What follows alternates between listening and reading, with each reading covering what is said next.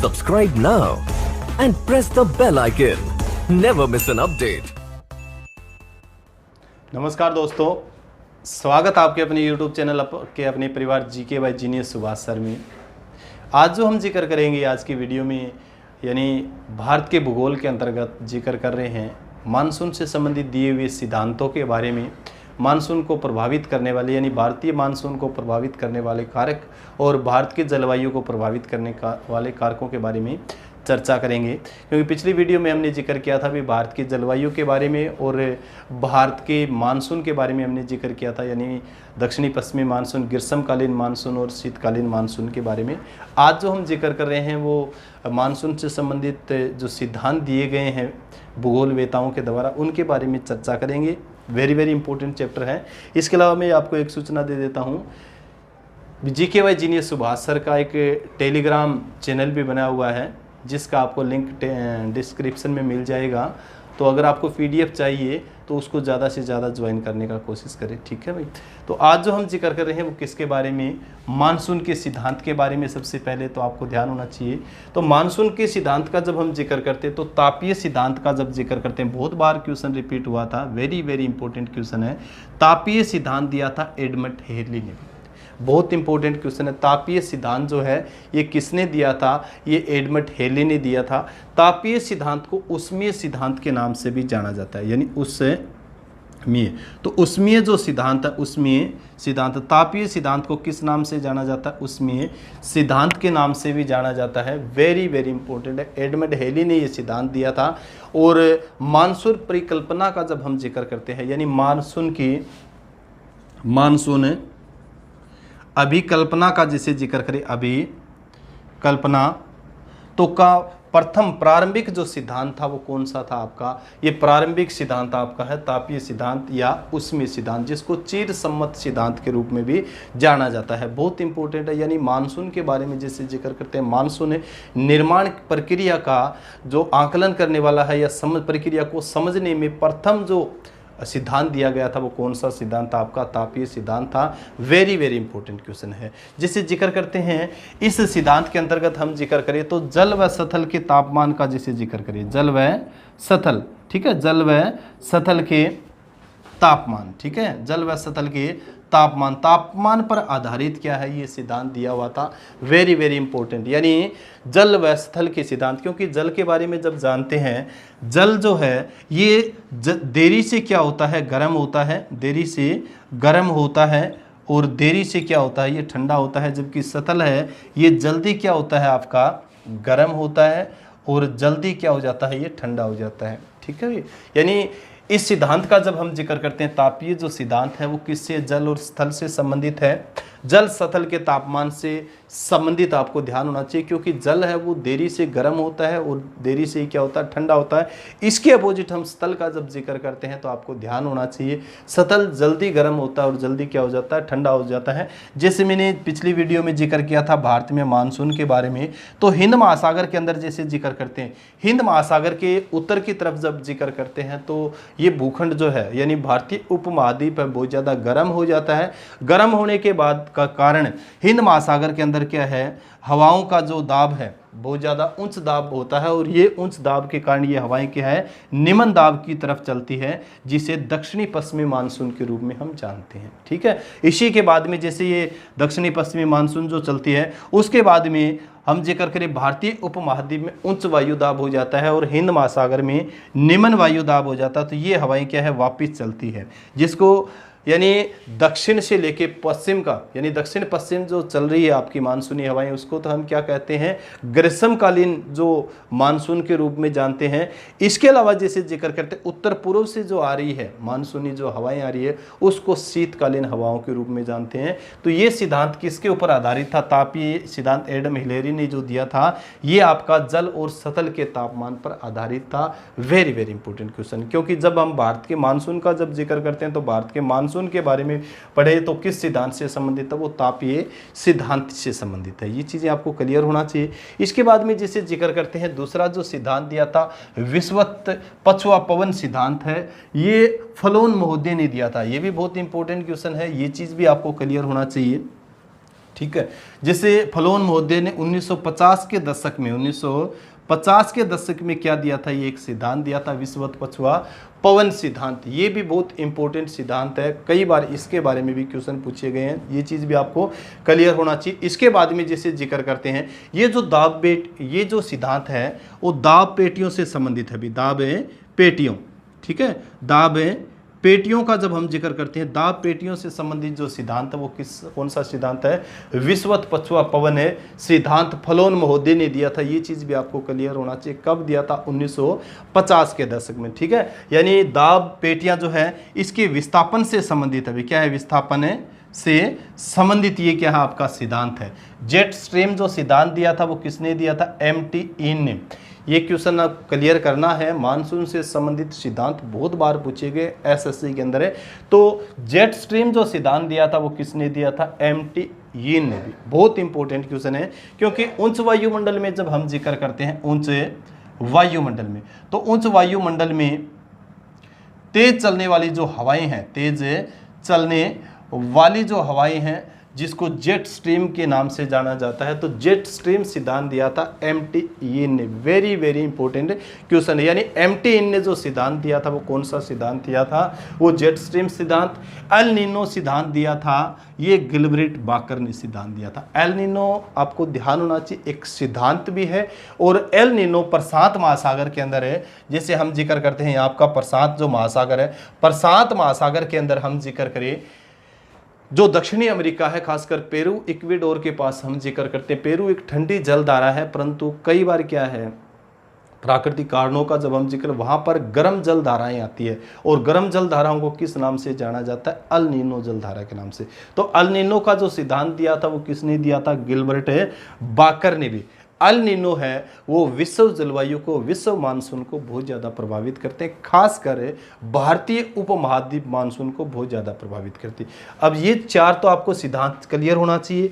इसके बाद में जैसे जिक्र करते हैं हम इस चीज़ के बारे में, चारों सिद्धांतों के बारे में, इसके बाद में भारतीय मानसून को प्रभावित करने वाले कारकों का जब हम जिक्र करते हैं, यानी भारतीय मानसून जो है, भारतीय मानसून, तो भारतीय मानसून को प्रभावित करने वाले कारक, भारतीय मानसून को प्रभावित करने वाले कारक, ठीक है, करने वाले कारक। तो ये कारक का जैसे जिक्र करते हैं, कारक जो आपके हैं, तो नंबर 1 तो आप क्या लेते हो, जेट स्ट्रीम भी, ठीक है भी। यानी जेट स्ट्रीम है, ये भी क्या करती है, भारत की मानसून को प्रभावित करती है। जेट स्ट्रीम मैंने पहले ही जैसे जिक्र किया था, जेट स्ट्रीम है ये आपके उच्च वायुमंडल में, कहाँ पर है, यानी अक्षोमंडल से ऊपर जब हम जिक्र करते हैं, उच्च वायुमंडल के अंदर चलने वाली तेज हवाएं हैं, और ये तेज हवाएं क्या करती है, भारत की जो मानसून है उसको प्रभावित करती है। इसके बाद में जैसे जिक्र करें, दूसरा जो आप जिक्र करोगे, एल नीनो। एल नीनो भी भारतीय जो है, आपको ध्यान होना चाहिए, भारतीय उपमहाद्वीप के मानसून को क्या करता है, प्रभावित करता है, ठीक है। एल नीनो के अपोजिट हम जिक्र करें तो ला नीनो होती है। ला नीनो का जैसे जिक्र करते हो, यानी प्रशांत महासागर के अंदर एल नीनो और ला नीनो जैसी घटनाएं होती हैं। एल नीनो एक गर्म जलधारा है जो क्या करती है, भारतीय उपमहाद्वीप की मानसून को प्रभावित करती है, मत्स्य उत्पादन को प्रभावित करती है, कृषि को प्रभावित करती है, अलग अलग तरह की क्या डालती है, प्रभाव डालती है।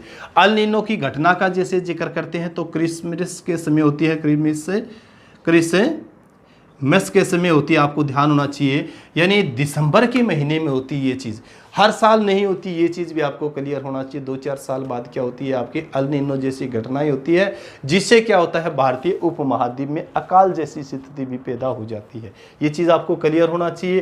क्रिसमस के समय में होता है, इसीलिए ये एल नीनो है एक स्पेनिश भाषा का शब्द है। किस भाषा का है, स्पेनिश भाषा का शब्द है, जिसका अर्थ होता है, ठीक है, जिसका अर्थ क्या होता है, यीशु शिशु, यानी यीशु का शिशु, ये भी कह सकते हो यीशु का शिशु, ठीक है भी। ये चीज़ भी क्लियर होना चाहिए, ठीक है। कई बार क्वेश्चन पूछा है ये एल नीनो जो घटना होती है किस में होती है, प्रशांत महासागर में, किस महाद्वीप के नज़दीक होती है, तो उत्तरी अमेरिका, दक्षिणी अमेरिका महाद्वीप। देशों का जिक्र करें तो पेरू और इक्वेडोर का जैसे जिक्र करते हैं। पेरू एक ठंडी जलधारा है, परंतु अल नीनो के कारण वो गर्म जलधारा भी होती है। और गर्म जलधाराएं आपको ध्यान होना चाहिए वो भूमध्य रेखा से ध्रुवों की तरफ चलती है। ये चीज़ मैंने करवाई है जो गर्म और ठंडी जलधारा का जब जिक्र किया था। तो स्पेनिश भाषा का शब्द है, क्रिसमस के समय होती है, इसीलिए यीशु का शिशु के नाम से इसको जाना जाता है, अल नीनो। इसके अपोजिट अगर प्रशांत महासागर में हम जिक्र करें तो ला नीनो जैसी घटनाएं भी होती है, ये जिक्र करते हैं, ये बहुत महत्वपूर्ण है। इसके बाद में तीसरा जो प्रमुख कारण है वो आपको ध्यान होना चाहिए, यानी तिब्बत का पठार भी। क्या जिक्र करते हो, तिब्बत का पठार। तो तिब्बत का पठार भी क्या करता है, भारत की मानसून को प्रभावित करता है। यानी तिब्बत का पठार भी भारत की मानसून को प्रभावित करता है। हिमालय पर्वत का हम जिक्र करें, किसका जिक्र करोगे, हिमालय पर्वत। तो हिमालय पर्वत भी क्या करता है, भारत की मानसून को प्रभावित करता है। तिब्बत का पठार भी भारत की मानसून को प्रभावित करता है। इसके अलावा जैसे जिक्र करें आपका हिमालय पर्वत, और दक्षिण में जैसे हम जिक्र करते हैं आपका हिंद महासागर जो है, आपका हिंद महासागर। हिंद महासागर भी भारत की जलवायु, भारत की जो मानसून को क्या करता है, प्रभावित करता है। यानी जेट स्ट्रीम प्रभावित करता है, एल नीनो प्रभावित करता है, तिब्बत का पठार प्रभावित करता है, हिमालय पर्वत प्रभावित करता है, और आपका हिंद महासागर भी क्या करता है, भारत के मानसून को प्रभावित करता है। ये चीज़ें आपको क्लियर होना चाहिए। इसके बाद में जैसे जिक्र करें भी भारत की जलवायु को प्रभावित करने वाले भी कारक हैं, यानी भारत की जलवायु। अब जलवायु का जब हम जिक्र करते हैं तो अलग अलग स्थान पर अलग अलग गर्मी का जैसे अनुभव करते हैं, सर्दी का जो अनुभव करते हैं, तो ये आपको ध्यान होना चाहिए। इनके बारे में भी ये कारक होते हैं जो क्या करते हैं, प्रभावित। एक जगह हम बड़ी सुकून महसूस करते हैं, ठंड महसूस करते हैं, और एक जगह बहुत ज़्यादा गर्मी, किसके कारण होता है, ये एक अलग अलग कारक होते हैं। जिन कारकों, तो भारत की जलवायु को प्रभावित करने वाले कारक भी, भारत की जलवायु को प्रभावित करने वाले कारक का जैसे जिक्र करें तो आपको ध्यान होना चाहिए, सबसे इंपॉर्टेंट तो आपका है हिमालय पर्वत का जैसे जिक्र करो। हिमालय पर्वत वेरी वेरी इंपॉर्टेंट क्वेश्चन है। यानी भारत की जलवायु को प्रभावित करने वाला, भारत की मानसून को प्रभावित करने वाला सबसे महत्वपूर्ण अगर कोई है तो आपको ध्यान होना चाहिए वो हिमालय पर्वत है। हिमालय पर्वत का जब हम जिक्र करते हैं आपको ध्यान होना चाहिए, भारत में जो ठंडी हवा, ये हिमालय जो पर्वत है आपका, ये साइबेरिया से आने वाली, यानी साइबेरिया से आने वाली ठंडी हवाओं से क्या करते हैं, भारत की रक्षा। बर्फीले जो तूफान आते हैं साइबेरिया से, उनसे रक्षा करता है कौन करता है, हिमालय पर्वत। और इसीलिए भारत की जलवायु को प्रभावित करने वाला सबसे महत्वपूर्ण जो कड़ी है वो कौन सा, आपका हिमालय पर्वत है। इसके अलावा दक्षिणी पश्चिमी मानसून का जब हम जिक्र करते हैं तो दक्षिणी पश्चिमी मानसून की जो हवाएं हैं, इन हवाओं को भी ये अपने समांतर यहीं पर रखता है, यानी तिब्बत के पठार को पार नहीं करने देता। ये चीज़ें भी क्लियर होना चाहिए। तो भारत की जलवायु को प्रभावित करने वाला सबसे महत्वपूर्ण जो कारक आपका कौन सा है, वो हिमालय पर्वत है। उसके बाद में जैसे जिक्र करते हैं अक्षांश, ठीक है, अक्षांश यानी अक्षांशीय विस्तार भी क्या करते हैं, अक्षांशीय विस्तार का, अक्षांश का जब हम जिक्र करते हैं, ये भी किसी देश की जलवायु को प्रभावित करने वाला एक महत्वपूर्ण कारक है।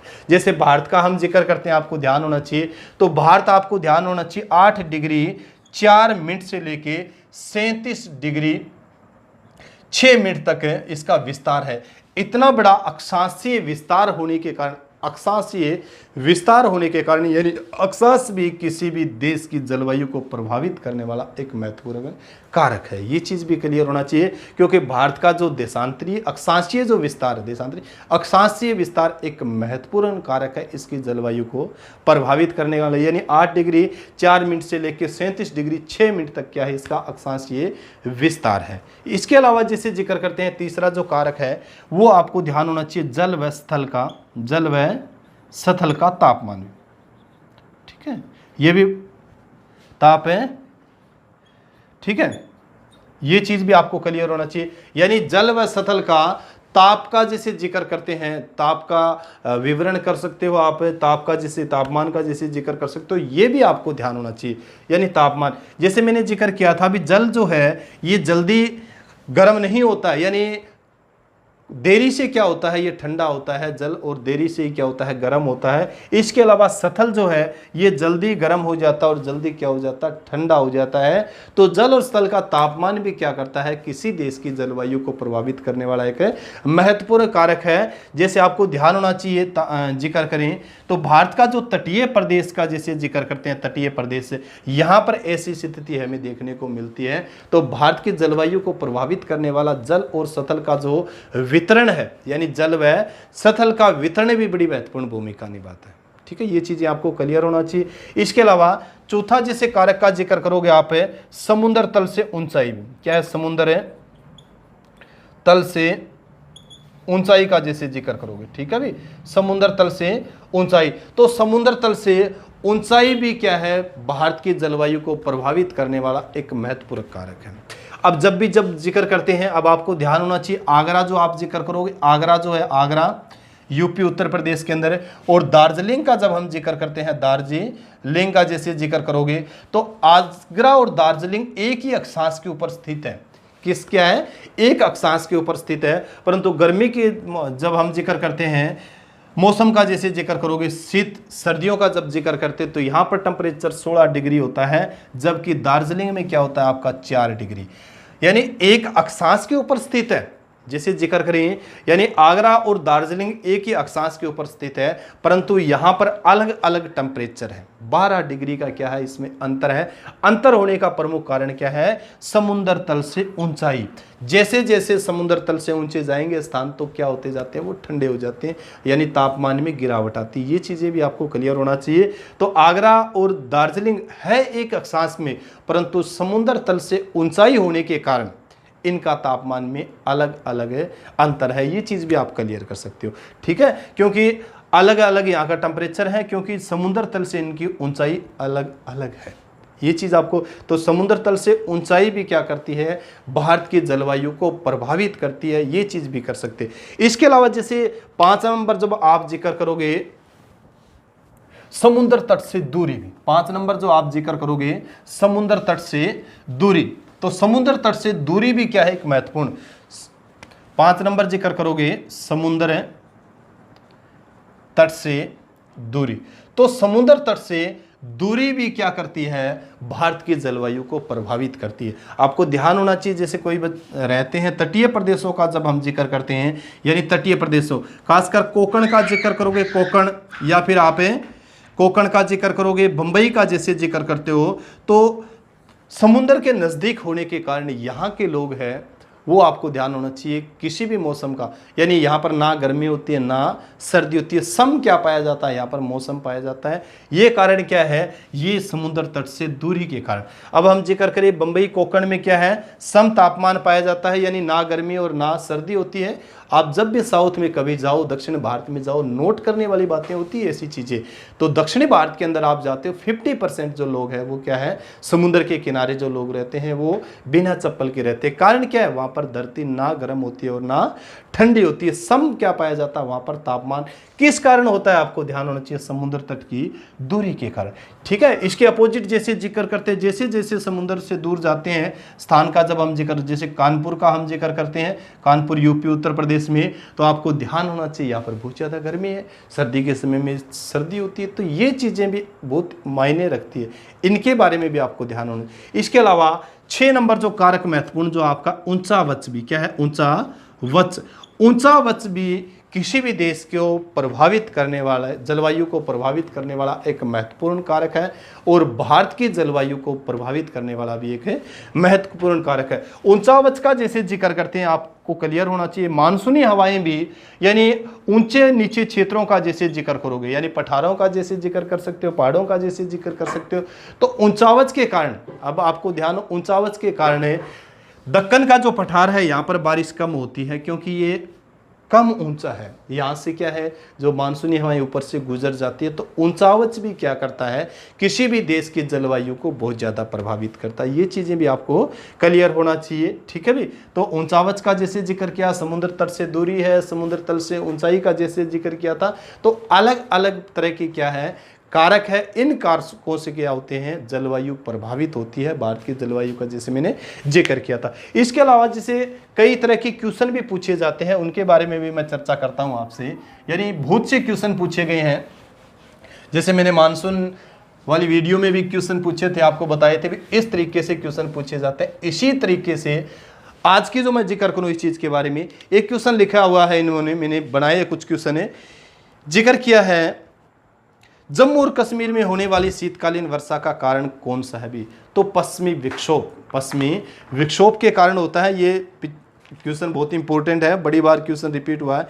इसके बाद में जिससे जिक्र करें, एक इंपॉर्टेंट है, अमृतसर एवं शिमला एक ही अक्षांश पर स्थित है। अमृतसर और शिमला एक ही अक्षांश पर स्थित है, परंतु उनकी जलवायु में भिन्नता का कारण क्या है। वही बात है जैसे मैंने आपको जिक्र किया था, आगरा का जैसे जिक्र किया था, दार्जिलिंग का जैसे जिक्र किया था, तो उनकी समुद्र तल से दूरी, समुद्र तल से अब एक अक्षांश के ऊपर स्थित है। आगरा का जैसे हम जिक्र करें, अमृतसर का जैसे जिक्र करोगे, अमृतसर व शिमला, परंतु आपको ध्यान होना चाहिए ये समुद्र तल से इनकी जो दूरी है, दूरी के कारण इनके तापमान में, इनकी जो जलवायु में, इनके जो मौसम में क्या पाई जाती है, भिन्नता पाई जाती है। ये क्वेश्चन था। इसके अलावा एक क्वेश्चन है, देश के किस भाग में मानसून के अरब सागर और बंगाल की खाड़ी, यानी भारत के किस भाग में, किस राज्य में आपको ध्यान होना चाहिए। जैसे आप अरब सागर का जैसे जिक्र करते हो, अरब है, सागर है, और बंगाल की खाड़ी का जैसे जिक्र करते हो, तो अरब सागर और बंगाल की खाड़ी दोनों से जो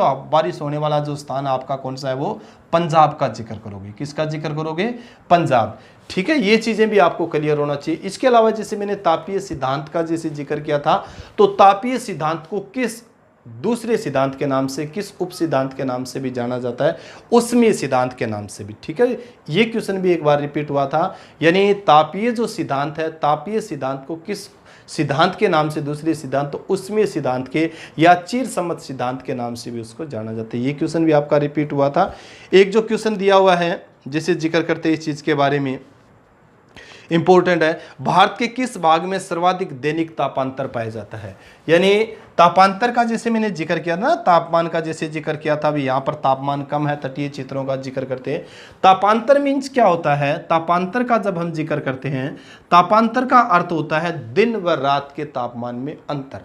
तो जिक्र जो ऐसे क्वेश्चन जो इन्होंने पूछा है, भारत के किस भाग में सर्वाधिक दैनिक तापांतर पाया जाता है, तो ये राजस्थान के मरुस्थलीय प्रदेश में। ठीक है भी, क्योंकि राजस्थान का जो मरुस्थलीय प्रदेश का थार का जब हम जिक्र करते हैं, तो रात को बहुत जल्दी क्या, बहुत ज़्यादा ठंडा हो जाता है, बालू रेत का जैसे जिक्र करते हैं, और दिन में बहुत ज़्यादा क्या हो जाती है, वो गर्म हो जाती है। यानी दैनिक तापांतर बहुत ज़्यादा है। ये चीज़ भी आपको क्लियर, ऐसा क्वेश्चन पूछा हुआ था आपका, ये